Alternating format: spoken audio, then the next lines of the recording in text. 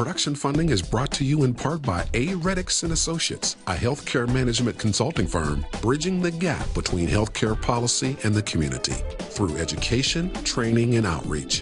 Find out more at ardx.net. Discussing the issues and celebrating the successes of the African American community. This is Another View.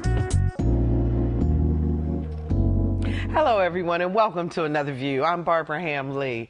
Popular urban radio host Michael Baisden is calling for 1 million mentors to work with African-American youth in this country. He's been traveling throughout the U.S. encouraging mentorship, even making a stop recently at Norfolk State University.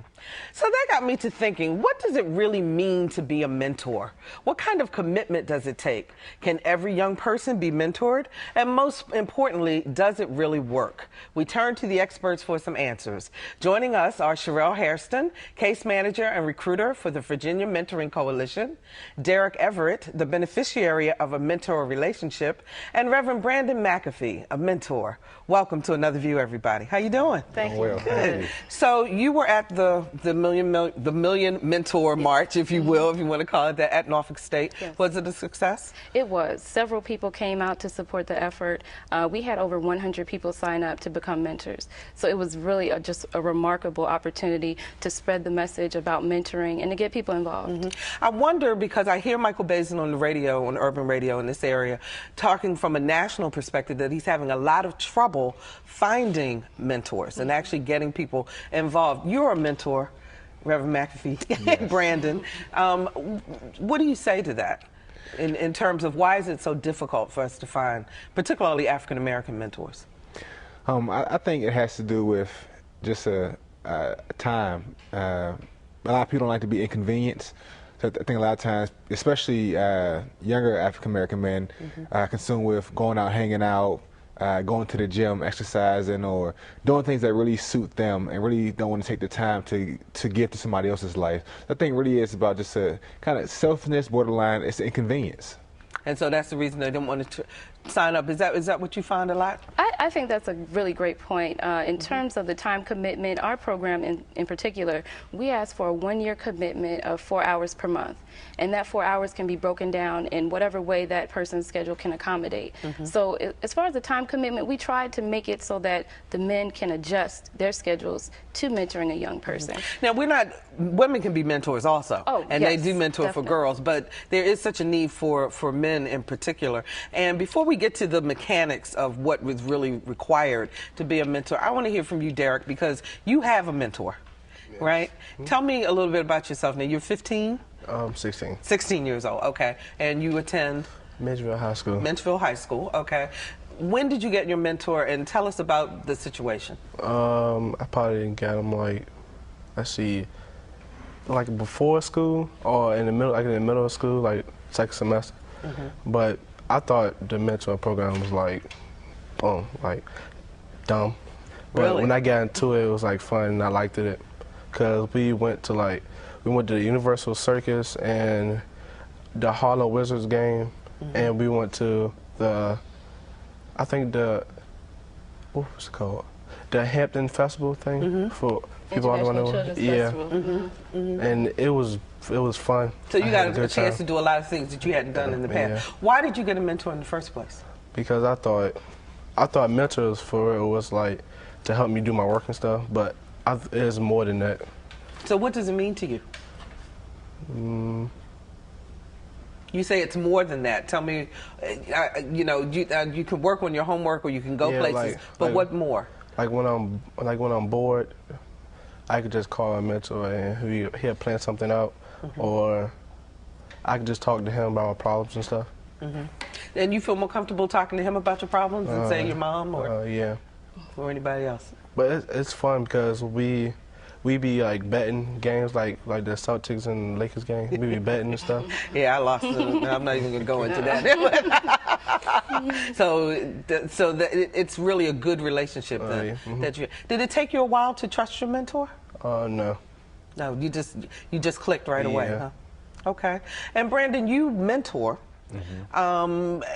Just any kid? How did you find your mentee and how did you decide to get involved? Well, in terms of mentoring before, a lot of times my experience has been through the church, through ministry, and oftentimes, typically I've been around, I guess, at-risk youth, those who've typically used to getting in trouble.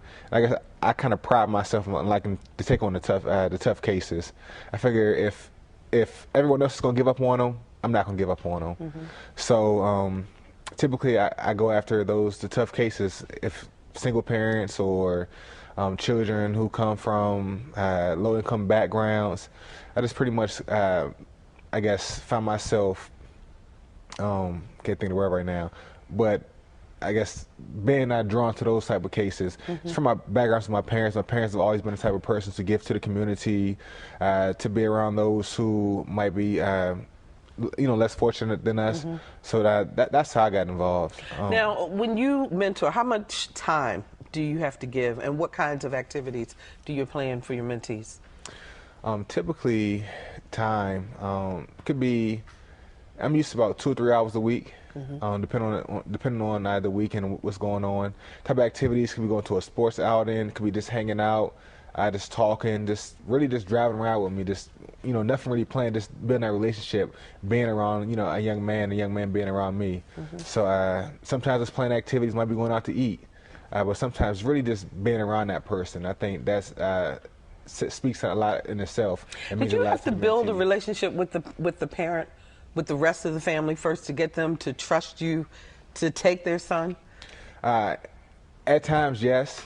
In the past, at times, yes, I have to build a relationship with the parents, and parents be able to trust me, and at least be able to know that I'm not going to do anything to put their child in harm's way, and to feel more comfortable with me. Then there has been times when the parents kind of like, glad I have somebody to take my child out the house. So where the parents really wasn't involved, just, wherever you're going, okay, just go. So I've experienced both sides of the field. Have you ever had a situation where a dad, particularly an absent father or one who had been incarcerated or that type of situation, and they come back, that they resent what you've done? I haven't had that experience, no. Luckily, I haven't. So it's usually a pretty positive experience all the way around. Shirell, what type of training then to be a true mentor? First of all, there's some things that mentors do, and there's some things that they don't do. And on your website, for example, there's some things that mentors are not that you talk about, and they are, you say a mentor is not a parent or a legal guardian, is not a disciplinarian, is not a social worker, is not a psychologist, counselor, or therapist, and is not a religious advisor. So, but they are someone who makes a personal commitment, is persistent, consistent, and patient, has respect for individuals, listens and accepts differing points of view, but does not pass judgment. And there's some other things there also. So there's a characteristic or a training that you're looking for, isn't there? Right. I would say anyone that just has a heart for people, that has a heart for young people at that, and has the ability to give back to the community in that particular way. I like to think about mentors as having the 3 C's, and I would say consistency. They're able to be there for that young person. If you make a promise, follow through on your word. Establishing a mentorship is all about creating confidentiality and an opportunity for that young person to feel like they can confide in you, and also that you'll be there for them. So the basis of that relationship is trust. The second C would be compassion. You have to be really dedicated to serving that young person, and it can't be about you. So often, like Brandon had mentioned earlier, young people are concerned about themselves, and so they have that unwillingness to give back. It is about giving back, and it is about making a commitment to something bigger than you, and that's impacting a young person. Then the third C would be constructive, someone who's positive, who's going to constantly be there and provide that positive influence and make sure that the young person is making better choices as they move ahead. How do you match mentors and mentees? Because not everybody gets along. Right, that's very true. So what happens in the process of becoming a mentor so that you can make that perfect match? What do you look for? Well, our mentors are interviewed. We go through a brief interview with the mentor, gain some insight as to who they are, what their interests are, what their hobbies are, what their comfort level is. Some mentors prefer to work with younger children, ages maybe 4 to 5, whereas some would like to work with a teenager. So we get a feel for what their interest is, what their comfort level is, rather, and we pair them with someone based on common interests. We do the same thing with our mentees. They are also interviewed, and we ask them, what are your expectations for this relationship? What are things that you like to do with your mentor? Do you like to fish? Do you like bowling? So we have interest surveys that the mentor and the mentee complete, and they're matched based on compatibility. You all talk about going places and doing different things. It sounds like there's a financial commitment also. Oh, no. Well, no. And that's one thing that I really just want to get out there. Mentoring is not about spending money. It's a commitment of time. So many people shy away from mentoring actually because they feel, well, I don't have enough money, I don't have a fancy background, fancy cars, big bank account, but it's really not about that. It's about making an impact on a young person's life, and you can do that by simply investing time. You were talking about some things. You said sometimes you would just have the young men ride around with you, doing whatever your daily routine is. Right. There's a confidentiality that's there, but there's also a responsibility if that youth were to tell you something that may, get them in trouble or may be detrimental to them. So how does a mentor handle that? I'll start with you and then go to you, Brandon. Well, a mentor would just relay that information to us. If it's something that the mentors have a training session that they have to attend anyway, so they're going to be aware of what to do in case those situations arise. It is about confidentiality. You do have to keep your word, and you do have to keep the secrets that that young person shares with you. But if it's something that's detrimental to their health or their well-being, of course you'll relay that information to us, and then we make the contact with the appropriate resources to handle it from there. Have you had a situation like that, Brandon? Nothing until I had to report. There was something with a young man that he confided in me that I didn't like too well, and I knew the person's parents involved, so I really wanted to say something, but I wanted to keep his confidentiality. But in terms of my secular jobs, I'm understanding of the laws, mandated reporters. So if it's something that's going to be harmful to an elderly person or a child, I definitely understand that. It is my duty, my obligation to report. But I also believe in confidentiality with the mentee as well. And I was told the mentee, if I had to say something, look, I appreciate you sharing with me, but I am obligated to say something. Just ethically, I think some things you need to say. So, and you're also showing the young person that this is how adults should conduct themselves, right? And become responsible adults. Have you shared secrets with your mentor? Not that I knew of. But if I had something on my mind, I'd just tell him. So, your mentor, does he have other mentees also, or do you just go one-on-one? Yeah. Sometimes I go one-on-one, sometimes go all together. But mostly he keeps me one-on-one. And how has your life changed since he's come into your life? I stopped getting in trouble. And I started hanging out with the positive people, not the negative people. And was that a direct result of him just talking to you, or you saw, so he showed you some other things, some other ways? He showed me. So showing you worked better, huh? What'd your mom think? She thinks it's okay. Because she just wanted me to get out of the house pretty much. Do you have other brothers and sisters? Do they have mentors also? No, but my little brother, he wants to get in it. Do you think you'd become a mentor? Yeah, someday. Someday? So it's rubbing off on you, huh? Yeah. Now, the program you follow is called Ashanti. Amachi. Amachi, I'm sorry, Amachi. Yeah. My mistake. Similar. Yeah. Explain what Amachi means and how that program actually works. Okay, Amachi is a national mentoring initiative, and Amachi is a West African phrase that means who knows but what God has brought us through this child. And so it's essentially looking at the child as a gift from God with so many talents and talents and skills that they can contribute to the world, and they just need some positive interaction to bring those to light.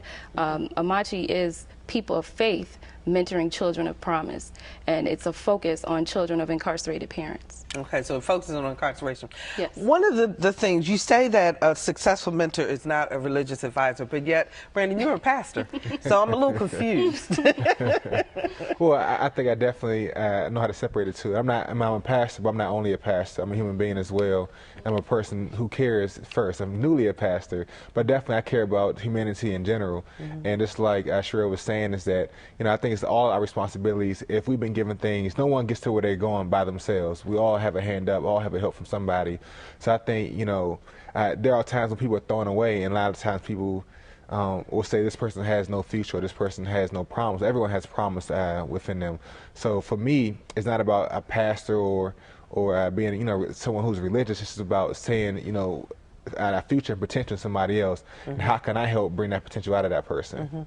Now, you said that 100 people signed up as a result of Michael Baisden's campaign here at Norfolk State in this area. You're located on the peninsula, but you service the whole area? Well, we serve Hampton and Newport News currently with hopes of expanding, but our focus right now is Hampton and Newport News youth. Okay. And the people who signed up, what were their expectations? What made them come out? What did they tell you?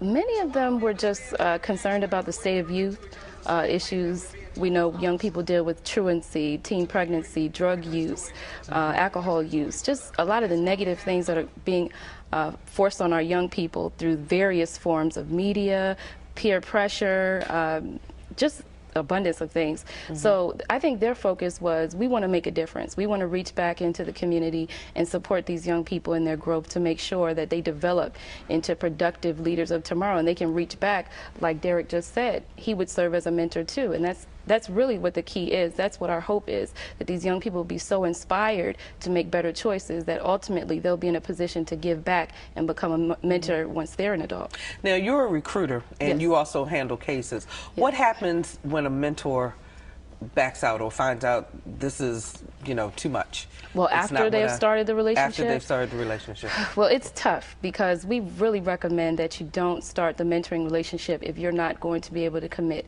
We provide as many resources as we possibly can and all the support that we can on our end to ensure that that mentor is confident that the relationship will be successful. And like you said, in some cases where that mentor feels for whatever reason that they no longer want to be a part of the program, we do have a closure process, and we work with our mentee to ensure that they are matched with someone who can be there consistently.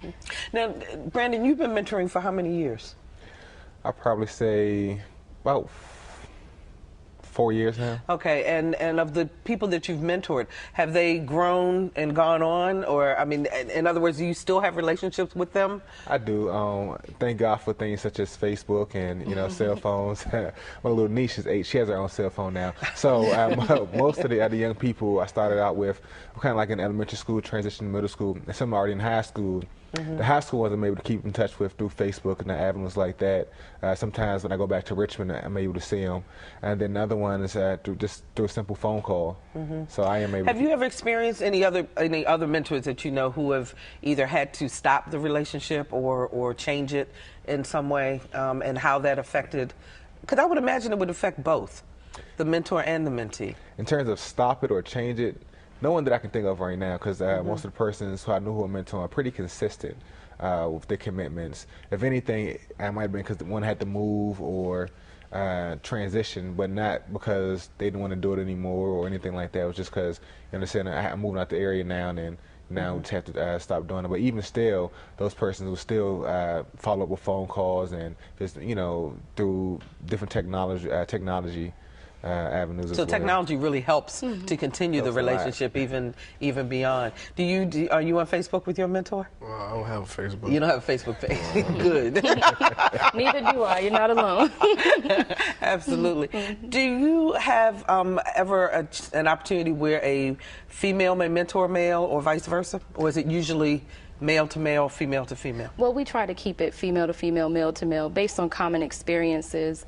But there are instances where female mentors may mentor a young male, but we do not do male mentors mentoring females.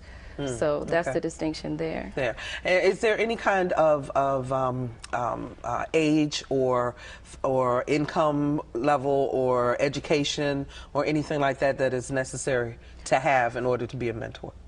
No. As far as the age commitment, age requirement, yes, you have to be 18, clear driving record, as well as a background check. You have to submit to a background check. So you do background checks on everyone? Yes, the screening process is very thorough, and it helps ensure the safety of that young person.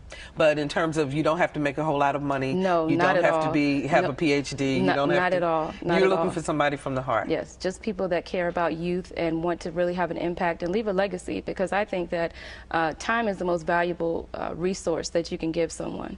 So many times we think it's money, and money is good, it helps, but time is essential. It gives so much to that young person to be able to say someone cared enough to dedicate their time to me and not be paid for it. Okay. Derrick, we got just a few seconds left. What would you say to other kids if they are thinking about getting a mentor? I'll just say, if you ain't got nothing else to do, you might as well get one, because there's nothing better else to do just to walk on the street or just to be bored all your life. Okay, so they should go for it. Yeah. And with that, we're going to have to wrap things up. Thank you all so much for joining me today, and I hope that you get many more mentors. And you can find out about mentorship, about the program on our website. And when we come back, lights, camera, action, a bit of Hollywood right here in Hampton Roads. But first, here's what's happening in our area.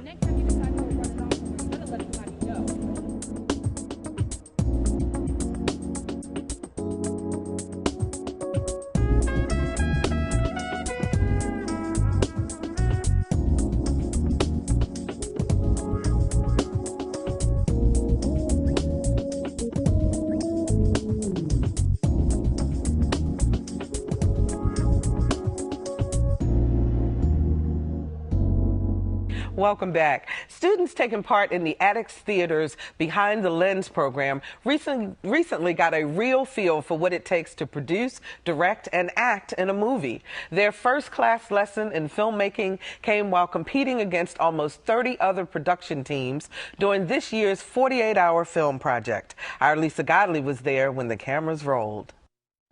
Behind the Lens 48-hour film, Park Hill, Scene 12, Take 3.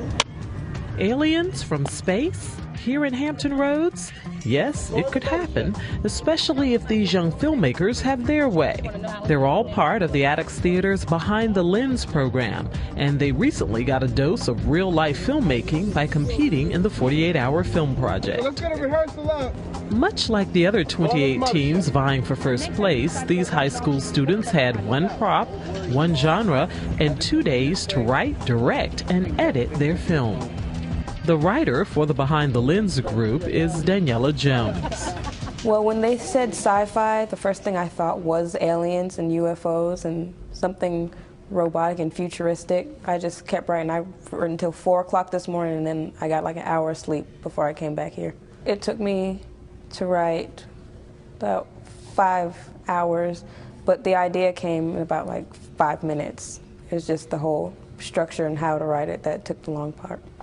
Jones wasn't the only teen working on little or no sleep. The film's director, 17-year-old Takara Clements, had the task of making sure the shots were just right as they taped outside on one of the hottest days so far this season. But this Churchland High School junior didn't mind. Cut! It's a really long process. The editing, post-production, everything, it's really complicated and really hard. But if it's something that you enjoy doing, then you'll stick with it, and because the end result is so much better. Okay, gotcha. Call the mothership. Jeanette Mungo plays the runaway alien's mom. By day, she teaches many of these students in her theater class at Churchland High School. Because if you're just sitting there looking at a book, it's one thing. And you can learn everything the book has to offer. But it's different when you have that camera in your hand and you're seeing those numbers move and you understand better like how to frame up a shot. And then you have these experts that are out there with you. You can ask them questions and they learn more about personalities, conflict mediation, time management, and organization, all at the same time. And so everything clicks together. In terms of resume building and putting them a step ahead, man, if I had opportunities like this when I was growing up, it's a really, really, really awesome experience and opportunities. The students get quite a bit of their training here at the historic Attucks Theatre, but by competing in the 48-hour film project, they get to go on location and put what they've learned to the test. A familiar face to the Attucks summer program is Kelechi Benet, a filmmaker in his own right. Benet worked with the Attucks students last year and was back this year to share his knowledge with these young filmmakers. They're very enthusiastic. A few of them have aptitude as to really wanting to make film, and that makes my job easier. If a teenager is really interested in shooting a movie, they don't have to wait till they get in a program. If they have a video camera, go on the internet and learn shot selections, learn what's the purpose of a close-up, a medium shot, an establishing shot, and also just start paying attention to your favorite director. While most of the students have worked on similar projects in class or as a part of Churchland's Film Club, they are quick to admit that working as a student and working as a professional are two entirely different things. And while the real-life production takes a lot out of you, it certainly puts in experience that they can take with them wherever they go. For Another View, I'm Lisa Godley. And that's our program for this evening. Sunday is Father's Day, and also the nationwide Father's Day rally against prostate cancer. All men are encouraged to wear a blue ribbon to their place of worship and to pray for prostate cancer survivors. Men, now is a great time to get tested. And happy Father's Day to all the dads out there. Next week, 4 Norfolk neighborhoods where the residents are taking control of their future. We'll see you next week for Another View. Production funding is brought to you in part by Attucks Associates, a healthcare management consulting firm bridging the gap between healthcare policy and the community through education, training, and outreach. Find out more at ardx.net.